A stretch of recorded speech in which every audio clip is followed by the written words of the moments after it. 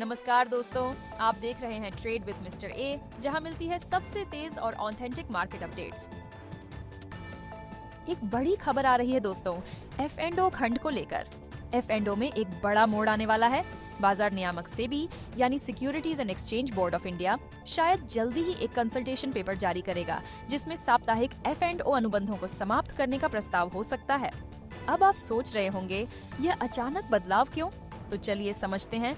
अगस्त 21 को सेबी के चेयरमैन तुहिन कांत पांडे ने संकेत दिया था कि नियामक अब लॉन्गर टेन्योर डेरिवेटिव्स जैसे कि मंथली एक्सपायरी कॉन्ट्रैक्ट्स की ओर बढ़ना चाहता है, और सोर्सेज के अनुसार यह परिवर्तन ग्रेजुअल होगा, एक निश्चित ग्लाइड पाथ के साथ। दिलचस्प बात यह है कि सेबी सेम डे एक्सपायरी को भी दोनों एक्सचेंजों पर लागू करने की योजना बना रहा है। आपको याद होगा, अभी कुछ ही समय पहले एनएससी ने मंगलवार और बीएसई ने गुरुवार एक्सपायरी कर दी थी। अब दोनों एक्सचेंज एक ही दिन एक्सपायरी ला सकते हैं। सेबी सिर्फ एक्सपायरी नहीं बदल रहा, स्रोतों के अनुसार खुदरा भागीदारी को सीमित करने के लिए भी नए थ्रेशहोल्ड्स प्रस्तावित किए जा सकते हैं, जैसे कि आय का प्रमाण, नेटवर्थ या अनुभव क्राइटेरिया। सेबी का ध्यान यह सुनिश्चित करने पर है कि रिटेल इन्वेस्टर बिना उचित समझ के हाई रिस्की वाले सेगमेंट में न घुसे। चलिए अब बात करते हैं एक और बड़ी डेवलपमेंट की। ऑयल इंडिया लिमिटेड ने घोषणा की है एक 50-50 जॉइंट वेंचर राजस्थान राज्य विद्युत उत्पादन निगम एलटीडी RRVUNL के साथ। इस जेवी का फोकस होगा रिन्यूएबल एनर्जी प्रोजेक्ट्स, खासकर सोलर और विंड एनर्जी पर। साथ ही ऑयल इंडिया अपने मौजूदा ग्रीन एनर्जी एसेट्स को ट्रांसफर करेगा अपनी wholly owned subsidiary OIL green energy limited को, और यह ट्रांसफर होगा बुक वैल्यू पर, जैसी कि शर्तें होंगी आगामी बिजनेस ट्रांसफर एग्रीमेंट के तहत। तो स्पष्ट है कि ऑयल इंडिया भी एनर्जी ट्रांजिशन की ओर तेजी से बढ़ रहा है, एक मजबूत कदम एक क्लीनर ग्रीनर फ्यूचर की तरफ। आप क्या सोच रहे हैं, क्या PSU कंपनियों का यह बदलाव ग्रीन फ्यूचर के लिए गेम चेंजर बन सकता है? आगे बढ़ने से पहले अगर आप अभी तक हमारे चैनल को सब्सक्राइब नहीं किए हैं तो जल्दी से सब्सक्राइब कर लें, ताकि आप कोई भी अपडेट मिस न करें। वही JSW इंफ्रास्ट्रक्चर लिमिटेड, जो कि भारत का दूसरा सबसे बड़ा निजी पोर्ट ऑपरेटर है, ने एक बड़ी रणनीतिक पहल की है।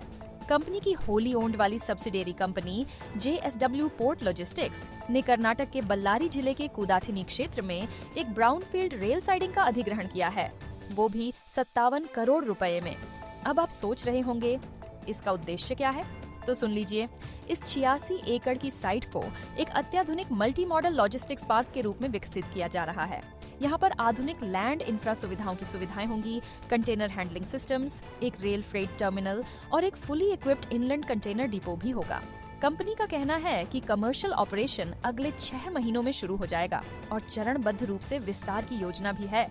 और हाँ, यह मत भूलिए, कुल निवेश 380 करोड़ रुपए है, जिसमें एक्विजिशन लागत भी शामिल है। यह राशि आने वाले कुछ वर्षों में निवेश की जाएगी। स्पष्ट रूप से JSW का ध्यान एक पैन इंडिया लॉजिस्टिक्स नेटवर्क बनाने पर है, विशेषकर रेल लिंक्ड टर्मिनल्स के जरिए, जो कि इंडस्ट्रियल कॉरिडोर्स में स्थित होंगे। चलिए अब बात करते हैं एक और बड़ी ब्रेकिंग न्यूज की। भारत की दूसरी सबसे बड़ी IT कंपनी इन्फोसिस ने ऐलान किया है एक विशाल शेयर बायबैक का, जिसकी कुल अमाउंट 18,000 करोड़ रुपए है। बायबैक का प्राइस तय किया गया है 1,800 रुपए प्रति शेयर, जो कि मौजूदा मार्केट प्राइस से काफी ऊपर है। ये बायबैक कंपनी की पेड अप कैपिटल का 25% तक जा सकता है, लेकिन ये कुल शेयर्स का केवल 2.41% ही कवर करेगा। गुरुवार को कंपनी के बोर्ड ने इस प्रस्ताव को मंजूरी दी और उसी दिन स्टॉक में थोड़ी गिरावट देखी गई। क्लोजिंग हुई 1,509.5 रुपए पर, जो कि 1.51% की गिरावट है। महिंद्रा ने एक अनाउंसमेंट किया है, आइए देखते हैं वो अनाउंसमेंट। महिंद्रा एंड महिंद्रा ने ऑफिशियल रूप से घोषणा की है कि E20 फ्यूल के उपयोग पर सभी वारंटी कमिटमेंट्स को पूरा किया जाएगा।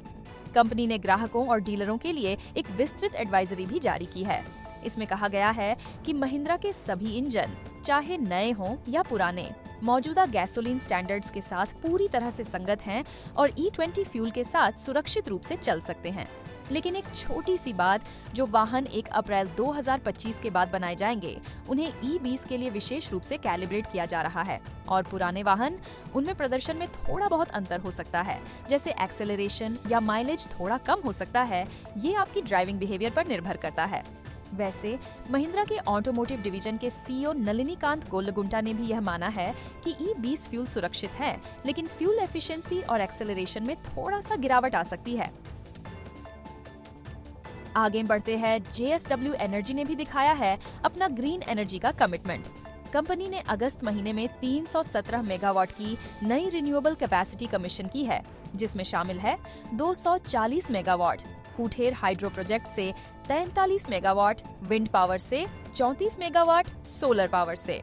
इसके बाद JSW एनर्जी की कुल इंस्टॉल्ड कैपेसिटी हो गई है 13,097 मेगावाट, जिसमें से 57% अब रिन्यूएबल सोर्सेज से आता है। ये एक बड़ा कदम है सस्टेनेबल फ्यूचर की ओर। और यहाँ बात खत्म नहीं होती। कंपनी के पास अब 30.3 गीगावाट की लॉक्ड इन जनरेशन कैपेसिटी है, जिसमें से 12.7 गीगावाट निर्माणाधीन है और 29.4 गीगावाट ओवर की स्टोरेज कैपेसिटी भी पाइपलाइन में है। गोल है 30 गीगावाट जनरेशन बाय 2030 और कार्बन न्यूट्रलिटी बाय 2050। तो दोस्तों, क्या आप JSW एनर्जी जैसी कंपनियों को भविष्य के सस्टेनेबल लीडर्स के रूप में देखते हैं? और ये स्टॉक मार्केट के इन्वेस्टर्स के लिए ये एक बुलिश सिग्नल है या नहीं? आपका क्या कहना है? नीचे कमेंट में लिखिए। तो दोस्तों, आज की मार्केट अपडेट यही थी। कैसी लगी आपको ये खबरें? अपनी राय कमेंट सेक्शन में लिखना न भूलिए। और हाँ, अगर आप चाहते हैं कि आपको हर दिन ऐसी ही न्यूज मिलती रहे, तो चैनल को सब्सक्राइब कीजिए और बेल आइकन दबा दीजिए ताकि कोई भी अपडेट मिस न हो। मिलेंगे कल नए अपडेट्स के साथ। तब तक के लिए हैप्पी ट्रेडिंग।